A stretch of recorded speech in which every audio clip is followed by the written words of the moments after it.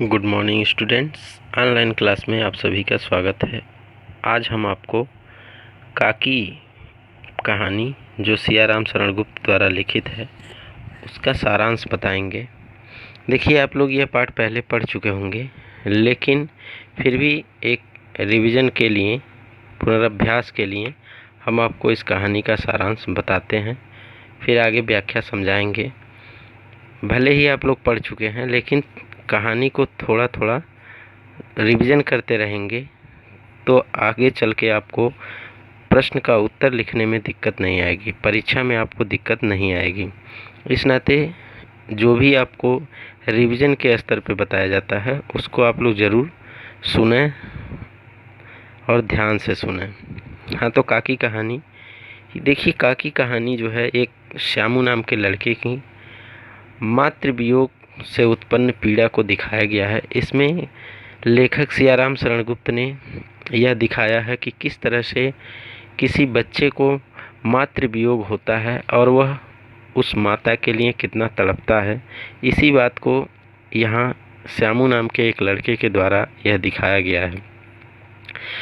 कहानी का सारांश है, श्यामू ने एक दिन देखा कि उसकी माँ भूमि पर सो रही है। उसके ऊपर एक कपड़ा ढका हुआ है तथा घर के लोग रो रहे हैं तथा उसे घेर कर बैठे हैं। वास्तव में उसकी माँ की मृत्यु हो चुकी थी। जब लोग उसकी माँ के शव को शमशान ले जाने लगे तो श्यामू ने बहुत उपद्रव मचाया। उसने पूछा कि वे लोग उसकी माँ को कहाँ ले जा रहे हैं। लोगों ने बहुत कठिनाई से उसे वहाँ से हटाया।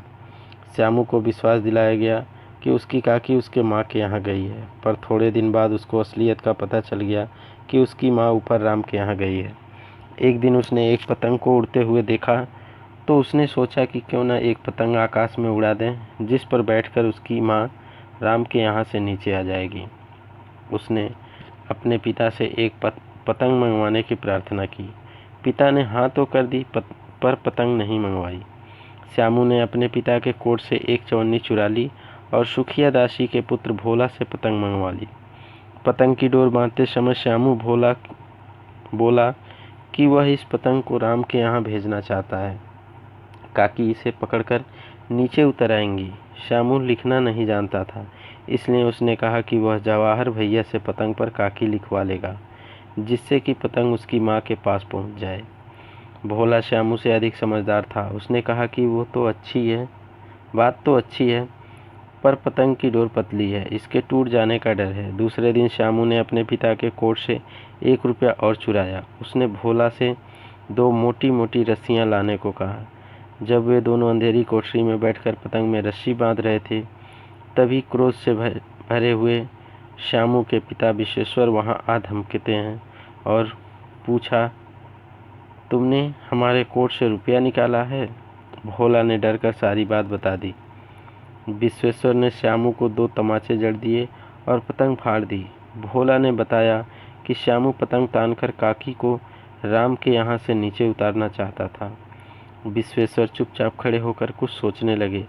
जब उन्होंने फटी पतंग देखी तो उस पर चिपके हुए कागज पर लिखा था काकी।